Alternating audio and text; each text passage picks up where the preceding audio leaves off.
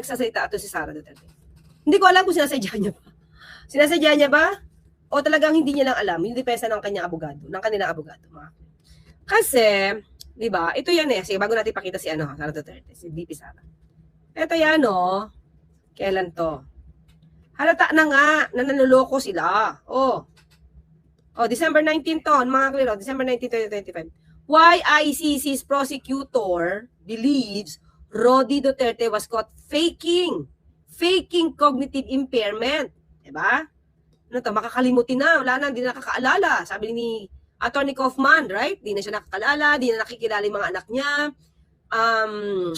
Ano pa ba? Hindi niya nakikilala yung mga anak niya. Hindi niya alam bakit siya nasa ICC, bakit siya nasa The Hague.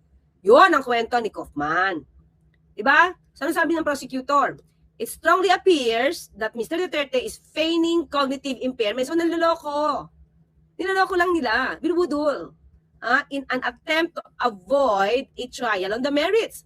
So, niloloko lang nila, nagpapanggap na may cognitive impairment para lang makaligtas sa trial on the merits, para makaligtas sa hearing.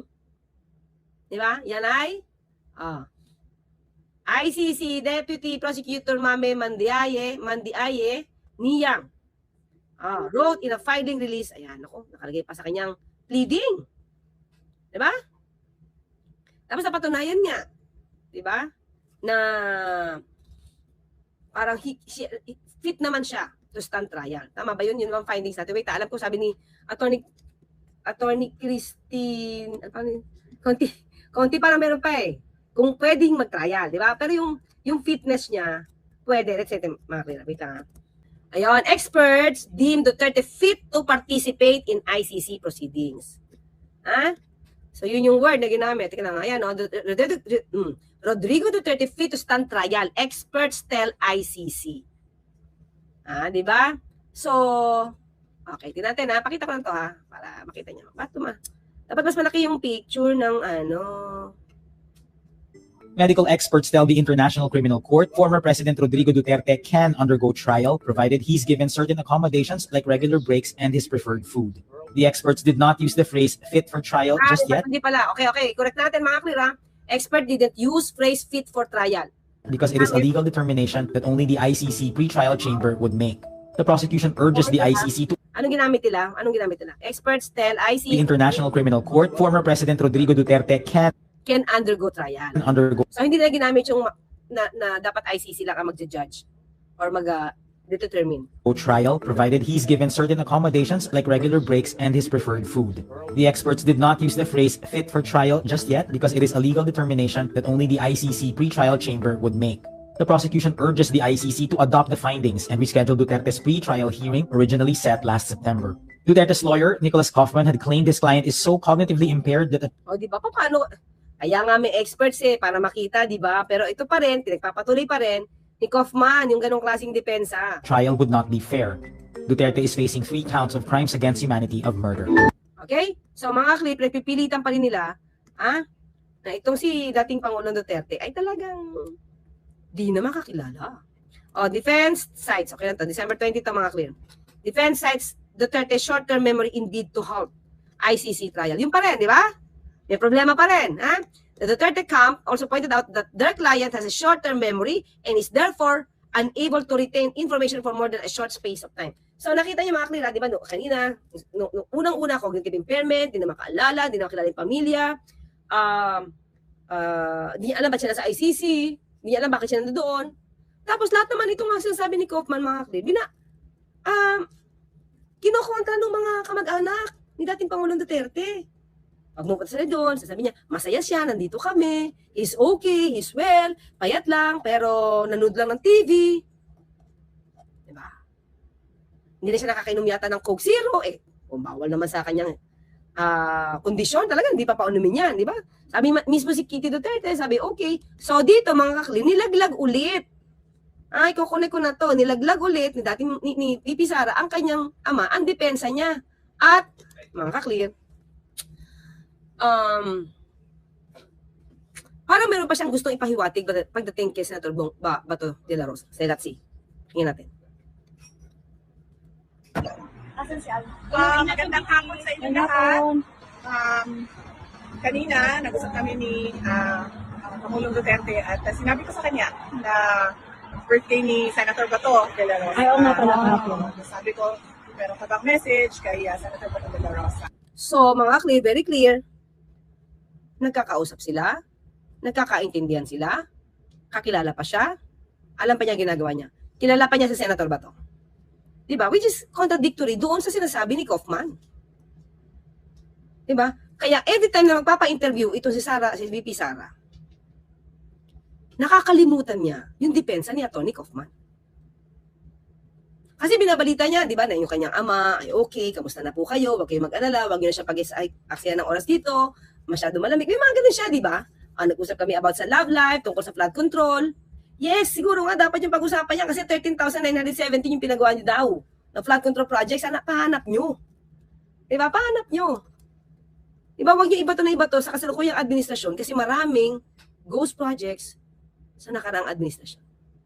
Pero sabi ni Kitty, excellent ka. Excellent ang flood control projects mo. Di ba? Meron siya, you're excellent. Sige tuloy. Sabi niya, happy birthday, Senator Bato. Magpakatigas ka. Na parang bato. Yung kanyang wish. So, kilala niya pa.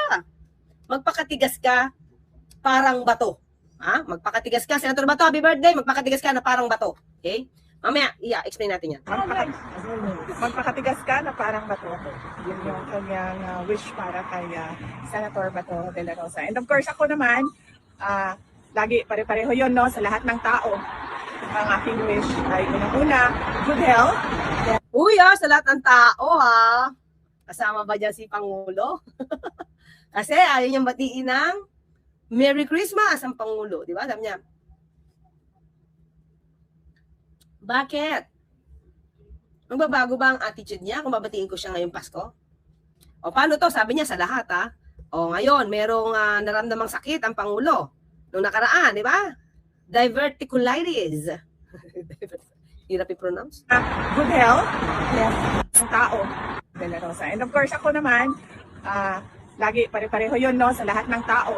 Sa lahat ng tao, Ang sabi niya, ay, hindi naman nagbe-birthday yung Pangulo, hindi para sa kanya yun.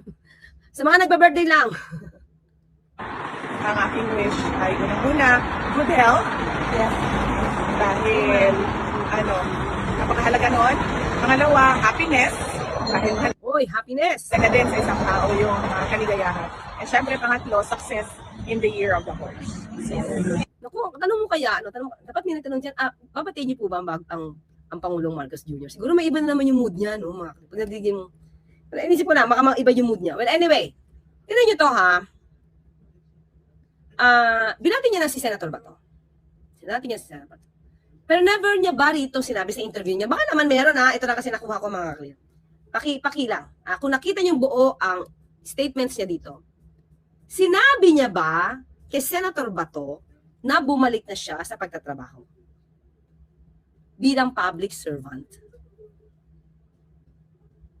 Mga ka-clear. Paki nga, baka naman baka naman. Bikini men, hindi ko lang nadinig.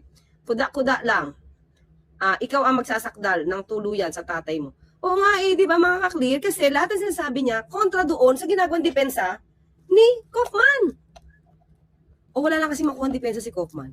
Hindi niya tinatakel. Baka ayaw niya talaga ng trial kasi baka wala talaga silang depensa. Kasi inadmit naman ni dating Pangulong Duterte yan sa lahat na halos. Sa media, sa hearing, sa Senado, sa House, pati sa aeroplano. Diba? Inamin niya. So ngayon mga clear, parang wala pa silang depensa. Ang gusto lang gawin ni Kaufman, technicality. Ngayon, patuloy pa rin sila nag-aas na walang jurisdiction. Ang ICC. Yun, di ba? Meron pa rin yung issue ngayon na sila pa rin ay inaas pa rin nila na ma-dismiss ang kaso because walang jurisdiction. More on technicality, pero wala silang pag-deny tungkol sa EJK. Wala silang pag-deny sa ginawang crimes against humanity. Paano na yung mga nabiktima?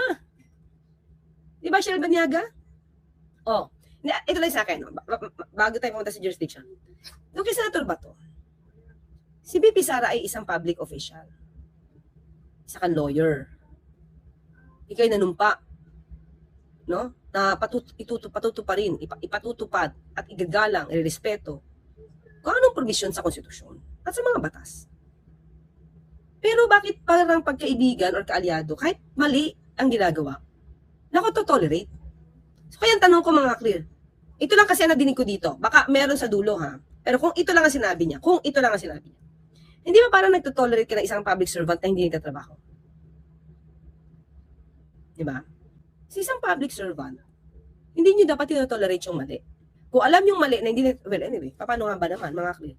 Sorry naman. Wala pala siyang moral ascendancy na pagtrabahuhin si Senator Bato. Wala pala. Because siya naman din ay laging out of the country. Tapos si Congressman Pulong din pala, laging out of town, out of the country. Mas madalas pala siyang hindi pumasok sa Senado, ay sa House. Oo, hindi pala niya mauutusan na pumasok pala si Senator Bato kasi ganoon din pala sila. 'Di ba? Oo naman, so, sorry na. Hindi pala. So sa panahon niya, sa mga ginagawa niya, parang wala siyang moral ascendancy to compel Senator Bato to go back to work. Kasi lahat din naman sila ay wala din naman sa kanilang trabaho. Laging work from abroad sila, 'di ba? Para silang OFW. Ha? MUG para sa sila? Para silang OFW, work from abroad. 'Di ba? Hindi pala, hindi sila nag-work from abroad eh. Sabi lang niya, 'di ba? Pero wala naman siyang report. So wala lang. Bakasyon lang talaga. 'Di ba? Bakasyon lang talaga. Oo. Kasi wala naman sila nagagawa kasi kung work sila from abroad, dapat may report sila sa tao kung anong ginawa nila. 'Di ba? Wala.